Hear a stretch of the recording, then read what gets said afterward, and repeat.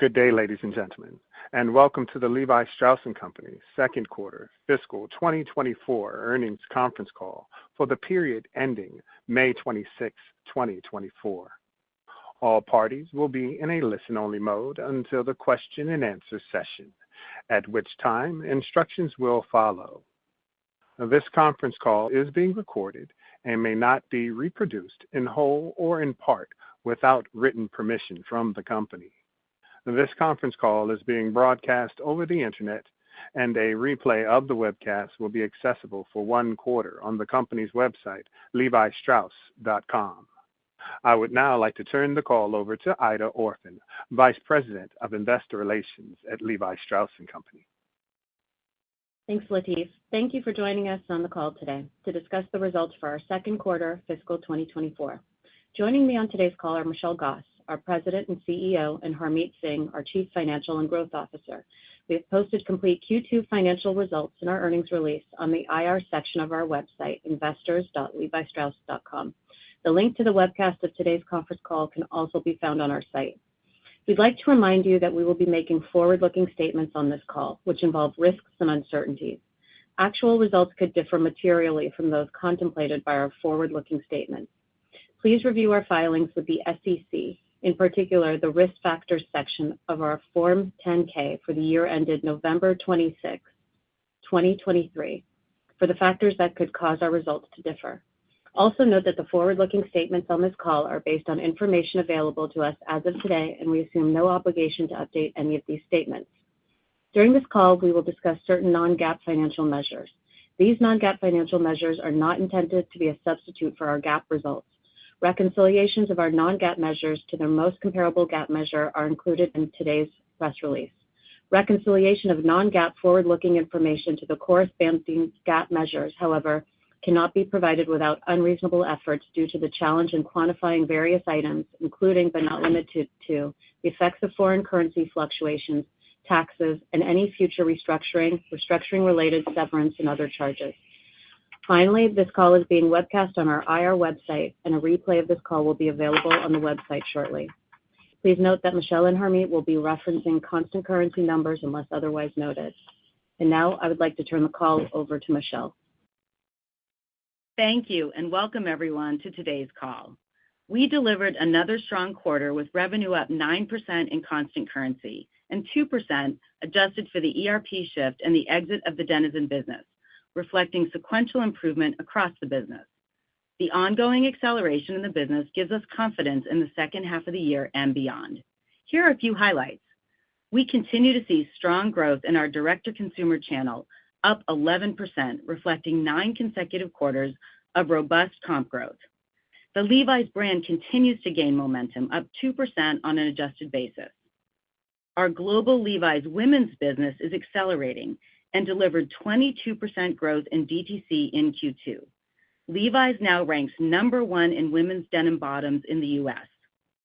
Our largest market, the U.S., once again delivered positive growth for a third consecutive quarter on an adjusted basis.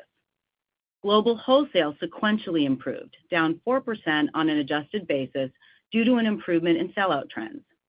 While we are driving this growth, we are also improving our profitability, as evidenced by record gross margins of 60.5%, enabling us to deliver a higher-than-expected adjusted diluted EPS of 16 cents. As I've shared previously, we are currently undergoing a significant transformational pivot to become a best-in-class direct-to-consumer retailer. While this evolution will span multiple years, our efforts are already positively impacting our quarterly results. I will now talk you through the details of the quarter in the context of our strategic priorities: leading with our brand, operating as a direct-to-consumer first business, empowering our portfolio. Starting with leading with the Levi's brand. A key indicator of brand health, we continue to make meaningful market share gains in the U.S., driving growth with women and our key youth target group of 18 to 30-year-olds, while maintaining our dominant leadership position in men's. Importantly, we have maintained our leadership position across consumers of all ages, and our unaided brand awareness remains well above our competition across most markets globally. We continue to drive brand heat and impactful storytelling by showing up at the center of culture across music, art and design, fashion, and sports. We were thrilled and honored to have Beyoncé name a song after us on her newest album. And as an example of our agility, we responded to the speed of culture, not only demonstrating our understanding of engaging social communities in an authentic way, but also generating more than 3 billion impressions and a ton of buzz for the brand that remains today. We activated in a big way at Coachella and Stagecoach music festivals and launched collaborations with ERL, Stussy, and Starter. As we look to the second half of the year, we have a number of impactful partnerships planned across the globe, including a Paris-themed collaboration with renowned label Pigalle. This is also in support of our key city strategy, amplifying our efforts in Paris through initiatives like the opening of our iconic Champs-Élysées store in the second quarter and our 5th House of Strauss. Moving to product, we saw strong performance in our core offerings while also introducing newness and innovation in denim and beyond as we expand our total addressable market. We continue to lead the global trend around straight, loose, and wide leg bottoms. Now comprising more than 50% of our overall bottoms assortment, loose fits grew 21% across channels in Q2. We are continuing to lean into the trend this summer with the launch of a new baggy fit for women, the XL, which will be available globally and across channels, along with a new relaxed fit for men, the 555. The core of our business remains very healthy. Our original icon, the 501, continues to deliver impressive growth, up 16% in DTC in Q2. Our strategic focus around denim dressing continues to gain traction, is becoming a more meaningful part of our portfolio, and is expanding our total addressable market opportunity. Denim dressing continues to perform very well, with denim dresses, skirts, and jumpsuits again up triple digits in the quarter. We're also seeing success in tops and non-denim categories, evidence that our tops reset and increased focus on denim lifestyle are working. Tops were up 20% in our DTC channel for Q2, with even stronger growth in women's tops, driven by our elevated essential offerings in woven tops and non-graphic tees.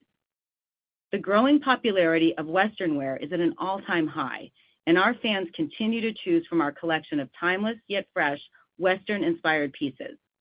This includes our iconic Western shirts, which are seeing particularly strong sales in women's, up 40%.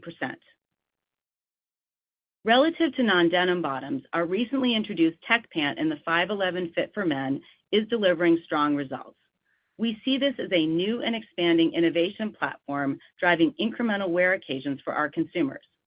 Given our early success, we'll be introducing a range of new products over the coming year, with the next introduction being the XX Chino, available worldwide and across both our wholesale and DTC channels. Looking to the second half of 2024, we will continue to deliver newness and drive innovation. For women, we have a strong lineup that supports our denim dressing and denim lifestyle strategy, including skirts, dresses, and jackets. We are also expanding into key categories like outerwear and sweaters to drive the head-to-toe offering. And following the success of our Performance Cool product, which we broadly rolled out globally earlier this year, this fall we are set to expand the innovative platform with the launch of Performance Warm, made with a soft interior that is designed for warmth in cooler weather. Looking ahead, we are making great progress on our efforts to streamline our go-to-market calendar by reducing SKUs by at least 15% and addressing complexity in our process, which will start benefiting us in H125. The team is already using some of the learnings to create more agility in our process, such as chasing into top sellers this season. As we shorten our timelines and operate with a tighter assortment, we will see a number of benefits, including responding faster to consumer trends and enhancing our overall efficiency as a DTC-driven organization. Now, let's shift to direct-to-consumer, our next strategic priority, and one of the biggest unlocks as we pivot to become a best-in-class omnichannel retailer. DTC continued to grow rapidly, up 11% on top of 14% growth in the prior year. We achieved these strong results by delivering high single-digit positive comp growth. As I shared on our last call, we've been laser-focused on driving profitability and productivity in our stores. This quarter, we saw an improvement across all store KPIs, led by higher UPT and better conversion driven by our new product introductions, an improvement in our in-stock position, and a continued focus on best-in-class engagement with fans in our stores. U.S. DTC was up 12%, led by our mainline stores. AURs in mainline were up low single digits as consumers gravitate toward our full-price premium products. Globally, we continue to execute our retail expansion plans and are on track to open 100 net new doors this year. In Q2, we opened our largest store in Thailand at the Central World Mall in Bangkok. This store is a pilot where we're implementing learnings from consumer research to improve the in-store consumer journey. By applying changes like displaying our denim lifestyle categories more visibly throughout the store and elevating our premium collections, we drove revenue growth in both tops and bottoms. Results are encouraging, and this is just one example of the great potential we have in improving store productivity. E-commerce continues to be a big opportunity for us, up 19% this quarter, led by double-digit growth in the U.S., where we are seeing strong full-price sell-through and strength in women's, now comprising more than 50% of the business in this channel. Ongoing initiatives to elevate our site and enhance the consumer experience, as well as deliver a more premium and expanded assortment, continue to drive our momentum across all of our markets. We also drove meaningful growth in our loyalty program, acquiring almost 2 million members in Q2, with 36 million members globally. As we make our pivot to be a DTC-first company, we also remain committed to wholesale. On an adjusted basis, our global wholesale business was down 4%, in line with our expectations and a sequential improvement to Q1. We feel good about the trends we're seeing in our global wholesale business overall. The actions we've taken to stabilize this business are working. Sell-out trends are improving, including in the U.S. and Europe, and customers are excited about our expanded assortments. Importantly, this channel is significantly more profitable than last year, amplified by our healthier inventory levels and the improvement in our supply chain operations. Turning now to our third strategy, powering the portfolio. Our international business is becoming a more meaningful contributor to our business and grew low single digits in the quarter. This reflects 6% growth in Asia, on top of 27% growth in the prior year, bolstered by strength in Japan, India, and Turkey. And our Europe business sequentially improved, down low single digits in the quarter, with certain key markets, including Italy and Spain, positive in the quarter, as well as an improvement in performance across both wholesale and DTC. Dockers was down 1% on an adjusted basis, coming in below our expectations. Profit exceeded prior year, led by gross margin expansion and disciplined expense management, and inventories are significantly below prior year, down 16%. Going forward, we'll be leaning into innovation with an expanded head-to-toe collection of the performance-based Dockers Go series, which has exceeded expectations since its launch. Beyond Yoga was up 13%, an acceleration to Q1, driven by strength in wholesale and e-commerce.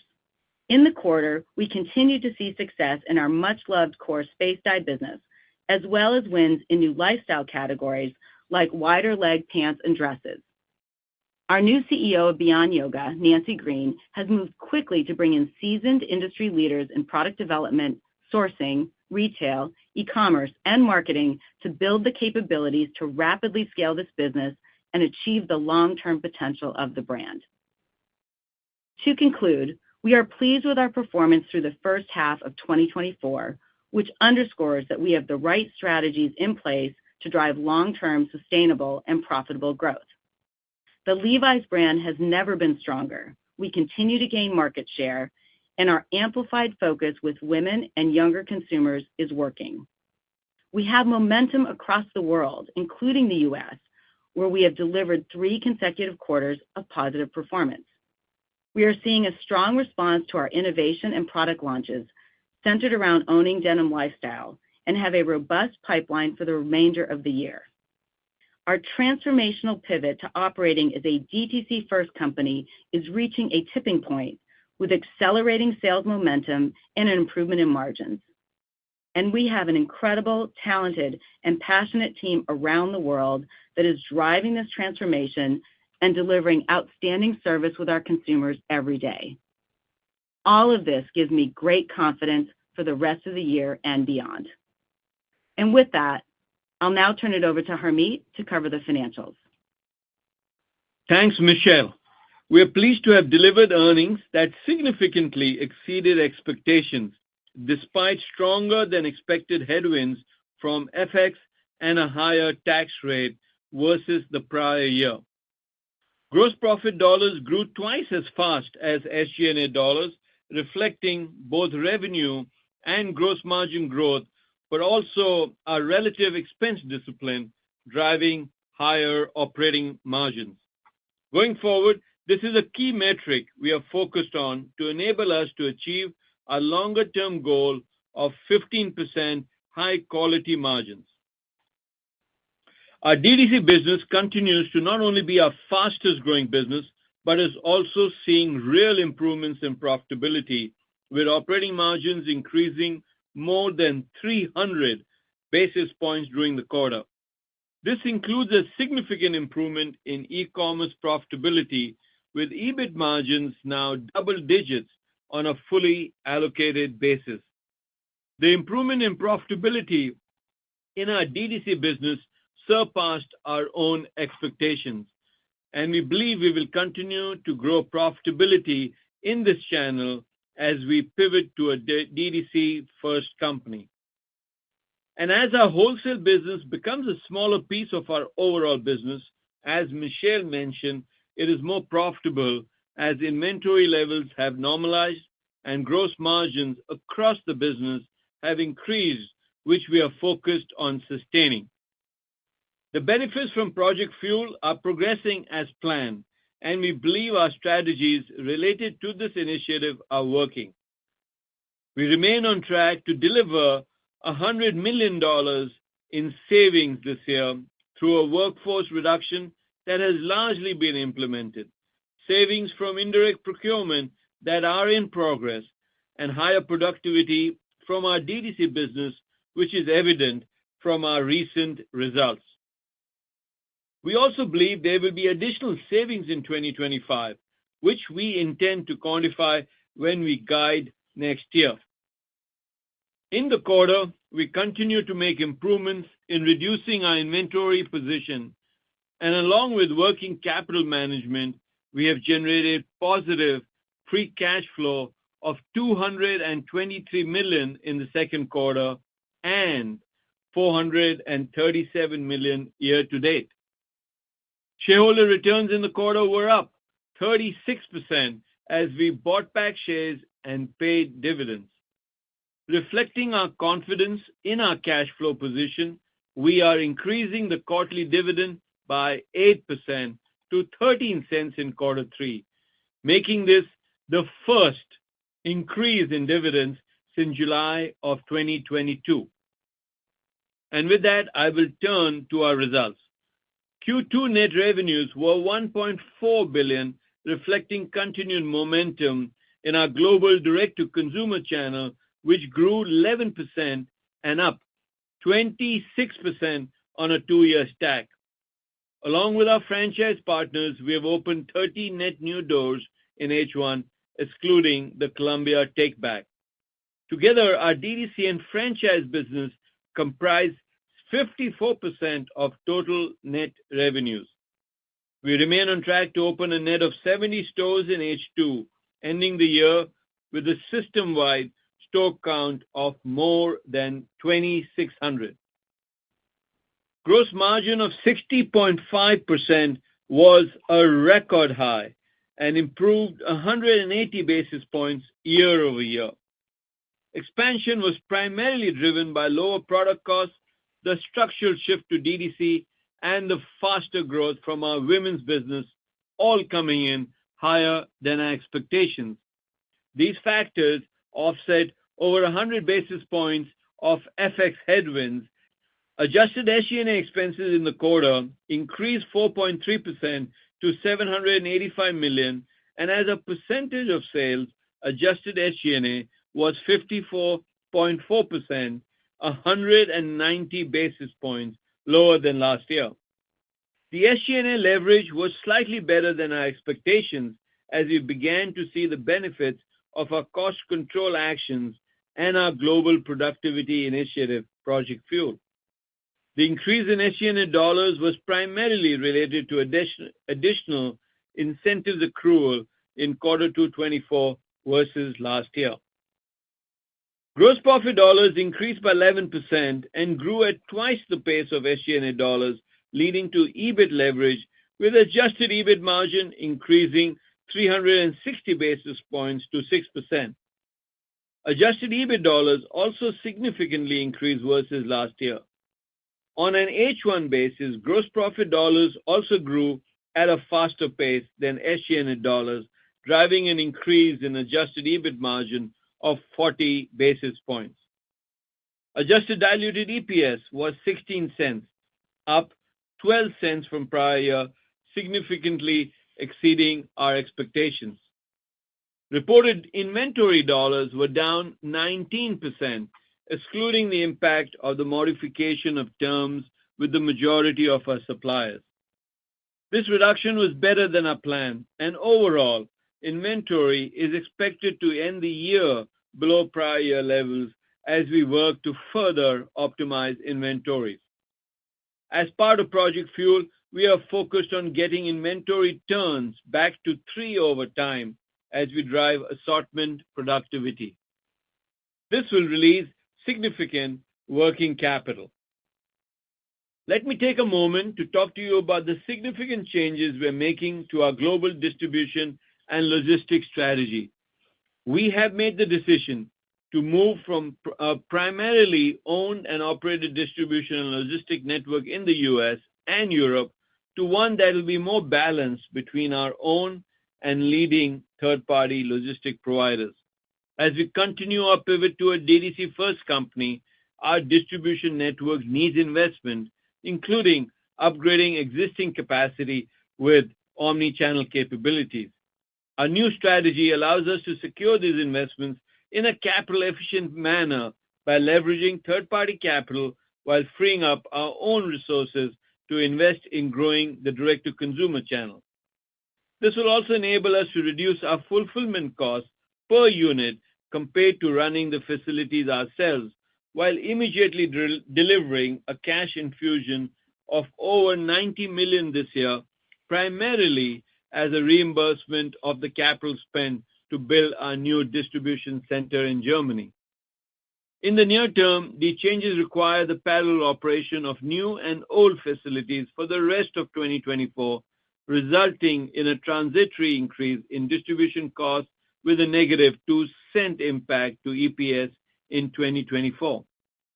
We expect we will begin to see a favorable 2-cent impact to EPS in 2026, which will progressively increase in 2027 and beyond as distribution costs come down and inventory efficiencies improve as we better service our omni-channel needs.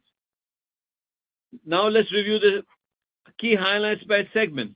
In the Americas, DTC revenues were up 16%, driven by double-digit growth in brick-and-mortar and e-commerce. While U.S. wholesale was down mid-single digits, the U.S. market grew low single digits entirely as a result of DTC growth on an adjusted basis. We are also seeing meaningful improvements in profitability across both channels. Robust gross margins, driven by favorable brand and channel mix, and reduced product costs resulted in strong operating margins of 18%. Notably, our gross profit dollars grew significantly faster than our SG&A expenses.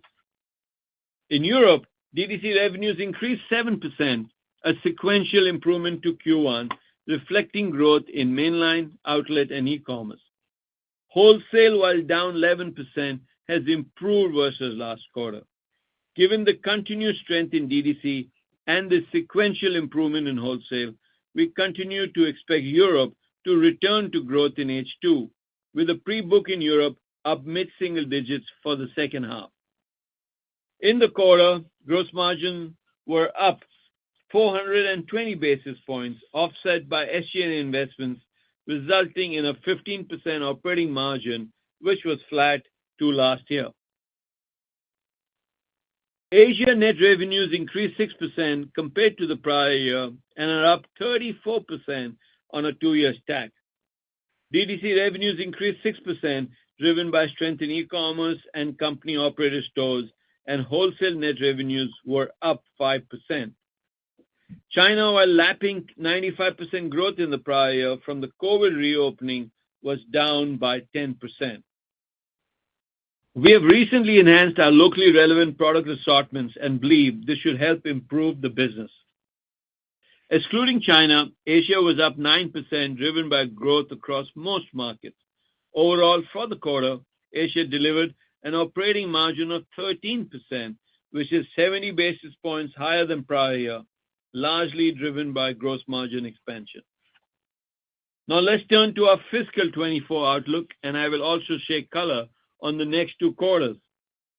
Sales trends were consistent each month in the quarter, and we saw strength in several key drivers of our business, including the U.S. market, acceleration of our global DTC business from last quarter, and robust growth in women.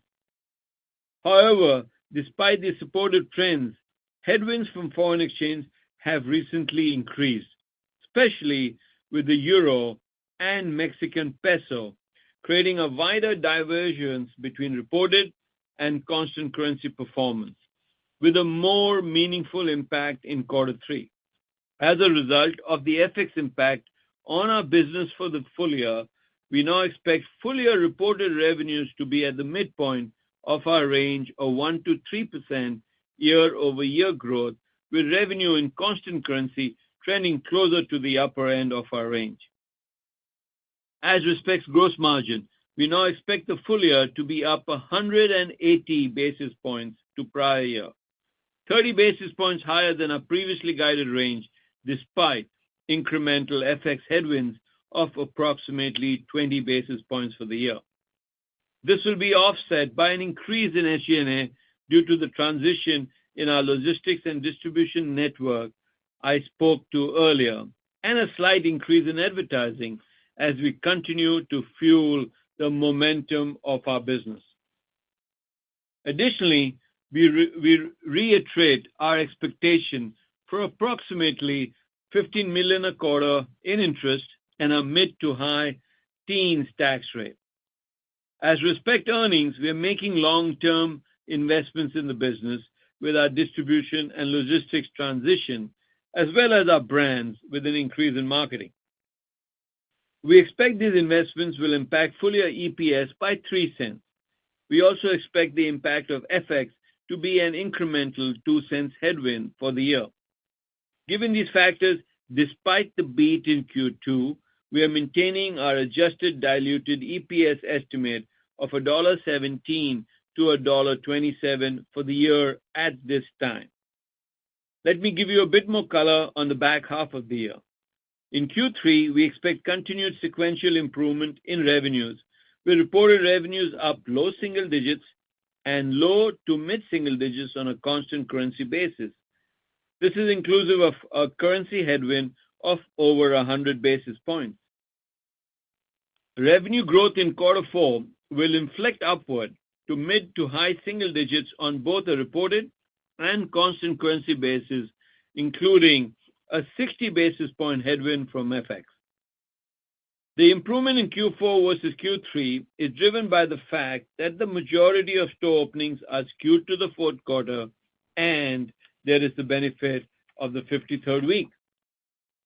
In the third quarter, gross margin will accelerate and be up approximately 200 basis points to prior year, as we will have fully anniversaried the pricing actions we took last year, with the benefits of product costs, higher DTC, and women's continuing.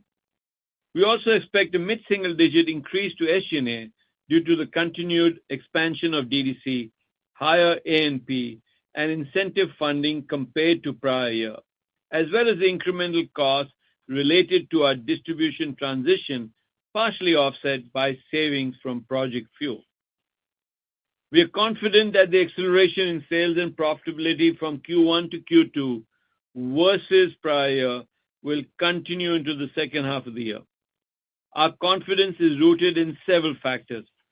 First, we are seeing a strong response to our new product assortment and more exciting launches set for the second half. We also focused on full price sales, particularly in our mainline stores in the US, as we continue to introduce new products. Second, we continue to see momentum in our DTC business, and as I mentioned, store openings are skewed to H2, when 70% of our net new doors are slated to open. Third, we are confident in the continued strength of our US business, and Europe overall is poised to return to growth in H2, supported by a positive wholesale pre-book and continued strength in DTC. Fourth, as we become a more DTC-focused retailer, we are confident in our plans for back to school and our holiday product and marketing campaigns. The benefit of the 53rd week contributes approximately a point to H2 and 2 points to quarter four. And as we think about the profitability improvements in H2, our gross profit dollars are expected to grow 2 times the pace of SG&A dollar growth. To close, we delivered on our commitments and saw solid results in H1. The strategic and financial benefits of our shift to DTC are getting us closer to the consumer, and along with a smaller yet more profitable wholesale business, is improving the structural economics of the company. We continue to be confident in the acceleration in revenue, profitability, and free cash flow, while taking some tough but transformative actions to become a best-in-class omni-channel DTC-first retailer. And with that, I will go ahead and open up the line for Q&A. Thank you. The floor is now open for questions. If you have a question, please press star, then the numbers 11 on your telephone keypad. Due to time constraints, the company requests that you ask only one question. If you have any additional questions, please queue up again. If at any point your question has been answered, you may remove yourself from the queue by pressing star 11 again.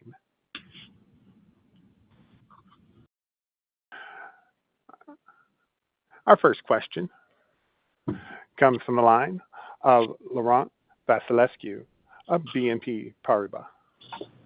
Oh, good afternoon. Thank you very much for taking my question. Michelle, Harmit, can you maybe talk about your confidence in the 2H acceleration for the top line? I believe you talked about European order books up mid-single digits for 2H. How should we think about overall wholesale for 2H? And any further color, Michelle, on Europe, on what you're seeing in terms of the trends so far?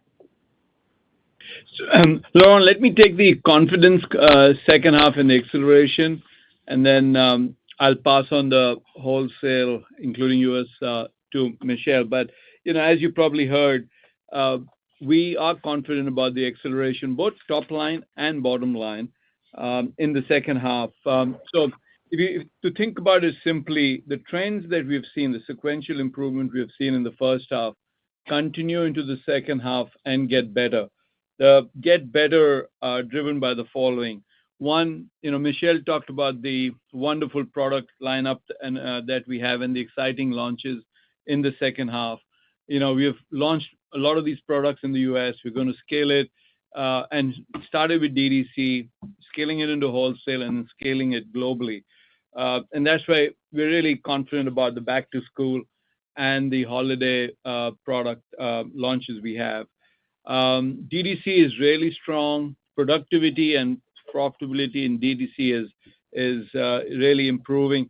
And then we've got these extra stores that we're building in the second half. So that really would help our DTC business. The US business has 3 consecutive quarters of growth that we expect to continue into the second half. Europe is sequentially improving, but we feel really good about Europe returning to growth in the second half. The pre-book is up mid-single digit, and DTC will continue, in the strength that we're seeing. There is the benefit of the 53rd week, both in H2 and quarter four. And then on profitability, is really driven by, broadly three factors. The first is, as revenue accelerates, we'll flow through that because we really focus on gross profit dollars driving, being higher than SG&A dollars driving EBIT leverage. Fuel savings just begun in Q2. I think we have fuel savings of approximately $20 million. The rest of that coming in the second half through the initiatives that we talked about, and then continued progression on the gross margin expansion that we talked about. So that's what really drives profitability. On wholesale, over to you, Sure. Michelle. Yeah, not a whole lot to add, but just to chime in on your question around the wholesale channel. So global wholesale, we're pleased, and we're seeing sequential improvement in our wholesale business globally, of course, in particular in our two biggest wholesale businesses in the U.S. and in Europe. We were down 4%, which was up versus Q1, and we're expecting that progressive improvement to continue into the back half. It's really all the strategies that we've put in place over the last year that are gaining traction. It starts with product. Harmit just mentioned that. But we really are leading the trend with product, and that's fueling our DTC business, but it's also fueling our wholesale business. So it starts with denim bottoms and Denim Authority around, this whole trend on baggy, loose, wide leg. That's resonating. Our key customers are excited. They're ordering it, and consumers are responding. And our sellout trends are improving across our wholesale channel. So that's a leading indicator. So we're really encouraged by that. Second, I would say our strategy around denim lifestyle, and in particular with women, we're seeing outsized growth there. So tops, bottoms, denim dresses, denim skirts, working in DTC, also working in wholesale. And then I would add, as it relates to our supply chain, which was a challenge for us, as you know, last year in the U.S., that's all behind us.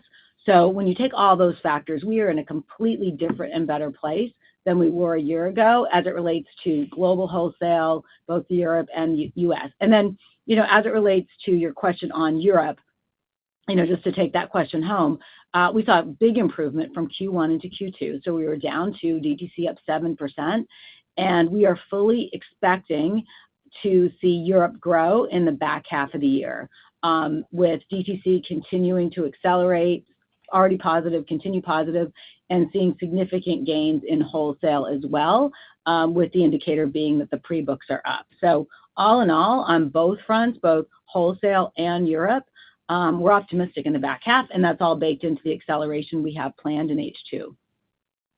Very helpful. Thank you much for all the color. Thank you. Thanks, Laurent. Thank you. Our next question comes from the line of Bob Drbul of Guggenheim. Hi. Good afternoon. Just two questions, I think a little bit of a follow-up, but just in terms of the U.S. business, can you talk a little more around, what you're seeing from the consumer, both your male and female consumers, and ultimately, when you look at some of the trends within the denim businesses, Michelle, do you see momentum continuing with some of the bigger drivers in product? Yes. Thanks, Bob, for the question. So a few questions within that. First of all, as it relates to our U.S. business, we're very pleased. We're feeling really good. Third quarter of positive growth. I mean, we really think about, and Harmit mentioned this in his remarks, but we really think about the U.S. as a total marketplace. Our DTC business is growing tremendously. It was up 12% in the quarter, and that was driven off of, to your question on trends, that was largely driven off of women's. Men's still healthy in the mid-single digits, but women's was up over 20% across both bottoms and tops. And in fact, as it relates to the U.S. market share, which is really a powerful indicator, I mentioned earlier in the call, but I'll say it again, number one market share leader in women's denim bottoms. And we have now created great separation in that position. So feeling great about that. Men's continues to hold the number one position, gaining market share as well with that younger consumer. Some really encouraging leading indicators as it relates to the U.S. market. So feel good about that. And as I just mentioned, DTC is our primary growth driver, but we are feeling very good about the trends we're seeing in the U.S. wholesale business as well. And then to your question on, state of the consumer, and based on our business, we're feeling good. I mean, our consumer is proving to be resilient. They're coming into our stores. They're shopping online. So our indications, I mean, we control what we control, and certainly there's some level of uncertainty as we look into the back half of the year and beyond. We're always certain about that uncertainty, but we control what we can control, and our responsibility as the denim category leader is to drive that innovation, drive that freshness and newness. We're doing that in bottoms with these trends I was speaking to, the looser, baggier trends, but we're also now doing it on head-to-toe denim lifestyle, which is a newer strategy for us, and it's working. I mean, denim product beyond bottoms is selling like crazy. I mean, Western shirts, and I know Western's trending as well as it relates to trends in the denim market, up 40%. Denim skirts and dresses, those were up triple digits.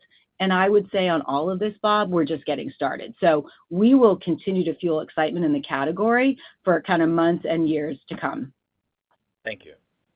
Thanks, Bob. Thank you. Our next question comes from the line of Matthew Boss of JP Morgan. Great, thanks. Michelle, on the total addressable market, which you touched on in prepared remarks, could you elaborate on assortment changes that you've made so far that support an expanded TAM for the Levi brand, opportunities you're excited about to drive greater share of wallet? And then, Harmit, could you just maybe break down gross margin puts and takes that we should consider for the back half of the year relative to the distribution and logistics headwind? Sure. Thanks, Matt. Great question, and one that we're quite bullish on, actually. So as I did mention, we are expanding our total addressable market, and I'd say in a couple ways. First, kind of build on the last question, is really this whole head-to-toe denim dressing and then denim lifestyle. So all things denim. I mean, believe it or not, historically, we've been a small player in even things like denim skirts, denim tops, denim jackets, denim dresses, and the like. And early indications are super positive. I mean, we have a big opportunity there, and I'm really excited about what's in the pipeline. So that'd be point number one. And then point number two is non-denim. And when you actually look at our total business, 44% of our direct-to-consumer business is actually now what we'd consider non-denim bottoms. So that does include kind of the skirts and dresses I was mentioning, but it also includes non-denim in both men and women. And we've driven a lot of newness in those categories as well. So our XX Chino platform, which has done really well over the last couple years, we're expanding that into performance. So you may recall we launched a new platform, the performance platform, Performance Tech, just recently, last couple months. We started with the 511 fit for men. We're launching it into XX Chino in the coming year. That's soon to land actually in the U.S. across channels. And we're working on a more premium offering that's going to go global. And we're actually looking at expanding the platform from there. So Levi's definitely has permission, but we'll always stay true to, and I think this is really important, to the true Levi's DNA, the aesthetic of the brand. But the consumer's saying, both men and women, they want more Levi's in their closet. So whether, again, that's more denim lifestyle head to toe or more of this non-denim, it's working. And we're seeing it in the numbers. So we're seeing it in terms of gaining share in women, significant share, and with men holding our share, but we're also gaining share in non-denim casual pants and men. So all good indicators. We're excited, and that gives us a much bigger playing field. And Matt, on the question of gross margin, so let's talk quarter two first, and I'll just give you the second half of the year. And I'll talk about this new focus on gross profit dollars less SG&A. But basically, in quarter two, the big buckets, the tailwinds were really product costs, really driven by commodities. That was approximately 250 basis points higher than a year ago. And the mix on areas that we are driving growth in. So think DDC, think women's, and think international. So that's about 50 basis points.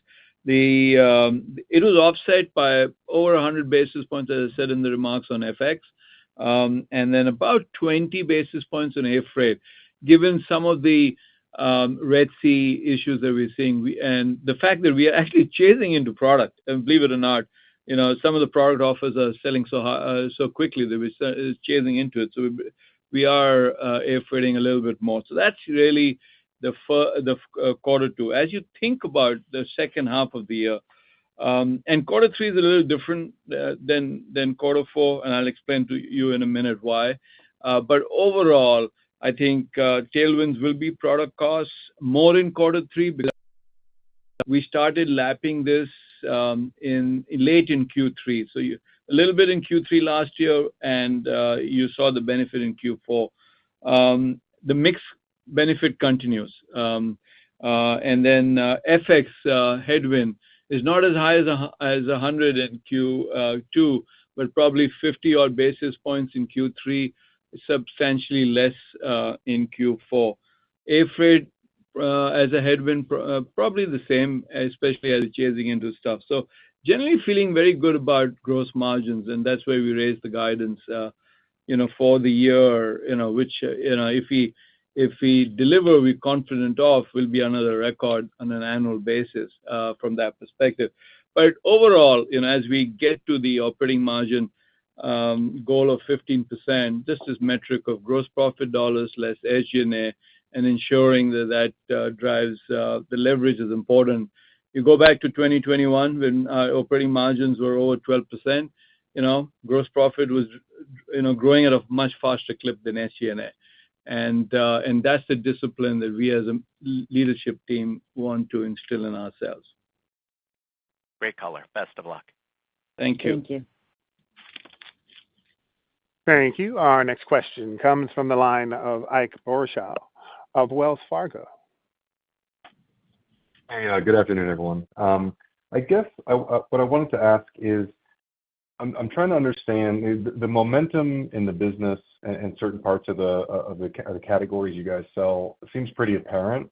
And there's certain parts of the assortment that seem to be doing extraordinarily well. But just when you look at the overall revenue of the business, it's still not, it doesn't quite connect with the optimism that you guys have. Now, the direct-to-consumer business is very strong, but it's also, it was similar last year. So I guess where I'm going with that is that a function of there's more to come, the inventories are too tight, the wholesalers, partners haven't been willing to take product, it takes more time? Because I'm just trying to understand that there seems to be so much buzz that's growing. I would have thought there would be more revenue growth commensurate with that. So I guess maybe for Michelle, can you kind of connect those dots for me? Yeah. Let me take a stab. So sequentially, quarter two, hopefully the ERP noise is behind us. But, sequentially, quarter two grew 2% constant currency. And similarly on Levi's. I just think as you think about the quarter, Ike, because your question is a good question. I think in the quarter, Levi's generally was on our expectation. US was stronger, Europe was on plan, Asia slightly lower, largely because of China. China, Asia was fairly strong.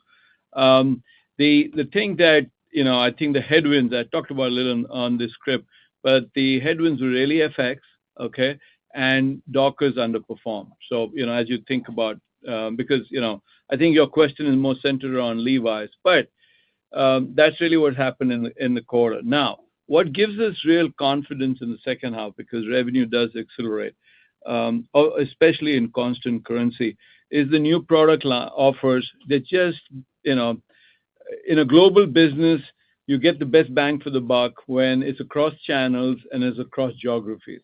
And our product is, right now making the transition across geographies and across channels. So that's why you're seeing the sequential or expectation that sequentially it will improve. This takes a little time from that perspective.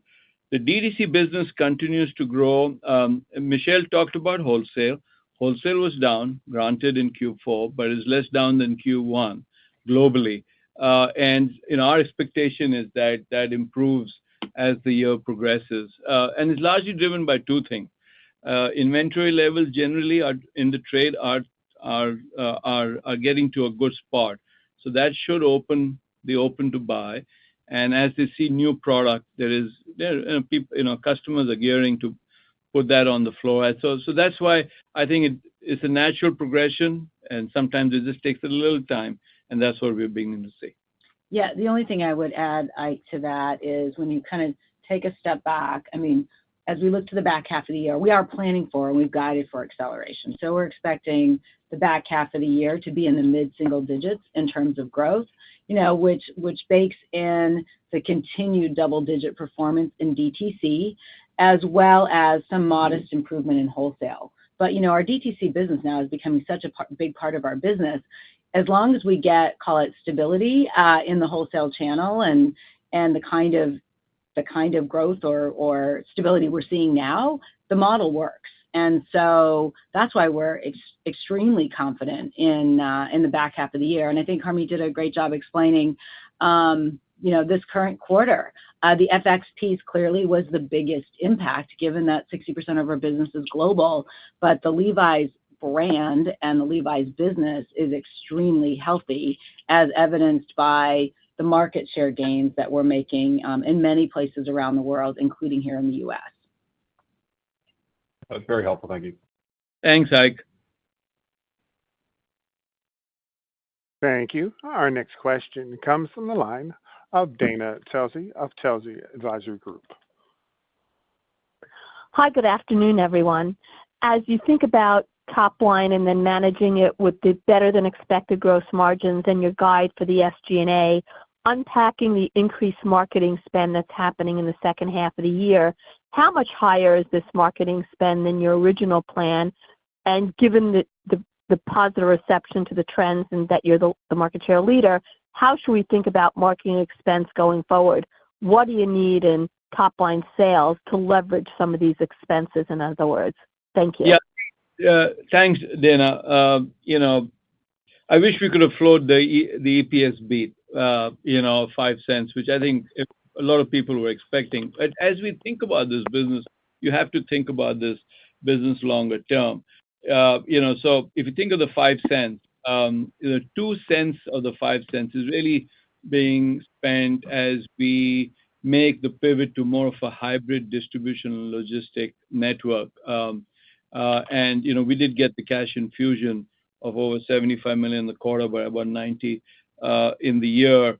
And that's just running two DCs parallelly as they transition, and that's 1 cent in quarter 3 and maybe 1 cent in quarter 4. The marketing question, Dana, is about 1 cent higher in H2, and it's just to fuel we're expanding the TAM, as Matthew asked. We are introducing new products. Our consumers need to be more aware of it, so we have to drive awareness. And we have wonderful marketing programs that Kenny, I think, talked about in quarter 2, and so this just helps fuel the brand momentum. To your question about what's the right spend, we do a ROI analysis, and so as long as we think it really drives revenue, marketing spend will probably end the year, around 7%. It's a little over than what we thought last time we talked about it. But, it'll probably grow over time, but so will revenue. And so that's really the linkage we look at. Thank you. You're welcome. Thanks, Dana. Thank you. Our next question comes from the line of Chris Nardoni of BofA. Thanks, guys. Good afternoon. Just a couple of follow-ups on the U.S. business. Can you elaborate on the progression of U.S. DTC results through the quarter and comment on whether trends have sustained in June? And then on the U.S. wholesale business, are you committed to growing the U.S. wholesale business in the back half? And curious if you have any comments on how sellout is trending versus maybe last quarter. Yeah. So to your question about U.S. DTC, it's actually the quarter was fairly even.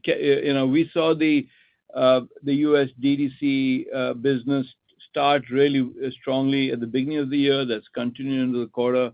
and we feel really good about the continuation into quarter three. The U.S. team is doing a phenomenal job, really, making this pivot to DTC and driving productivity. The EBIT margins are off the charts. As an example, we don't talk about it by segment, but if you look at the Americas operating margins, a large piece of that is driven by our DTC business. To your question about U.S. wholesale, it gets better from the mid-single-digit decline that we talked about as the year progresses. Very difficult to predict whether it turns positive. The thing that we can say, I think, Michelle, with confidence is we are seeing sell-throughs actually improve as we exited the quarter. And so, that just bodes well. And inventory levels are relatively, lean. So the combination of that, especially as a U.S. consumer, who we think is resilient, I think you can do the math over time. Yeah, maybe the only thing to add on that one, Harmit, well said, is that just to make the point, when we think about the state of the U.S. wholesale business a year ago versus where we are today, it literally is a sea change of what we're seeing in U.S. wholesale. From the operations supply chain. Correct. We're back to normal. We're shipping orders. We had a little bit of catch up. Now it's kind of, call it business as usual. Product, is the center of everything. The product is resonating. I think especially with, as we look to our denim lifestyle strategy, women's tops, those are all outperforming. As we talked about, the sellout trends are improving in U.S. wholesale. We're working closely with all of our key customers so that the brand is showing up in a way that's a win-win for us and for them. So all the core strategies that we put in place a year ago to turn this business around is working, and we've now seen several quarters of improvement versus where we were a year ago. Yeah, and I've been reminded to say this as well, which is our full year guidance is not contingent on U.S. wholesale growing in the second half. I just want to, make that point, Chris. And you didn't ask this, but U.S. wholesale is a lot more profitable today than it was a year ago. Very clear. Thank you. Thank you. Thank you. Our next question comes from the line of Oliver Chen of TD Cowen.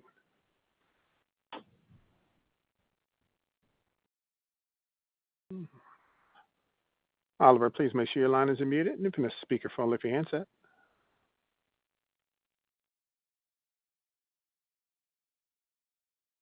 Latif, we can. Yeah, and it may be a logistic issue, Latif. We'll catch up with Oliver later. Okay, we'll go to the next question, which comes from the line of Paul Lejuez of Citi. Please go ahead, Paul. Thanks, guys. I'm curious if you can talk about the drivers of the DTC increases in each of your regions, just in terms of square footage increases versus comps, but also units versus pricing. And then as a follow-up to that, I'm curious if you changed your expectations at all for the second half for DTC in any of the regions based on what you saw in 2Q or the first half in general. Thanks. Yeah, Paul, I'll be brief. Comp sales were a big driver of the DTC piece. Our units as in terms of new doors, net new doors, was modest in the first half, so that will pick up in the second half. And while we talk about stores and we talk about comps, our e-commerce business is on fire. The e-commerce team led by Jason, they're doing a phenomenal job, and it's really going back to the basics, driving loyalty, driving higher conversion, etc., fixing the fundamentals. So I think that's where we never talked about it, but as you heard in the call, the e-commerce profitability is up to low double digits, and that's a big thing. To your question about DTC productivity and DTC EBIT margins of 300 basis points, I'd say half gross margin, half real productivity, which is driven by two things. One is better labor management and better or revenue leverage. Those are the two things. And in both cases, I think we're just getting started. We think there's a lot more opportunity on driving productivity and narrowing the gap between the wholesale EBIT margin and the DTC EBIT margin, because that will really help us, get to the 15% operating margin. Harmit, how much was pricing a driver in each region? Yeah, pricing was modest, I would say, Paul. In the U.S. is very modest. We took some reductions last year. We have not taken more. AURs, as it becomes more of a DTC business, AURs are up largely in our mainline stores. These are full price stores across, the three regions. Little bit of pricing in Asia, very modest. I think very little pricing in Europe. No, and I would just build on that, Harmit, and say any AUR increases that we're seeing is coming off of mix shift. As our consumers buy more elevated premium product. As we bring in a lot of these fashion fits, the looser, the low waist, baggy, we're able to price up. But to your point, this volume, the sales, it's generated off of volume, the velocity of our business. Yeah. Got it. Thank you. Good luck. Thanks, Paul. Thank you. Thank you. At this time, I'd like to turn the floor back over to the company for any closing remarks. Just appreciate everybody joining the call. Thanks for the great engagement and questions. We look forward to connecting with you next quarter. Thank you. This concludes today's conference call. Please disconnect your lines at this time.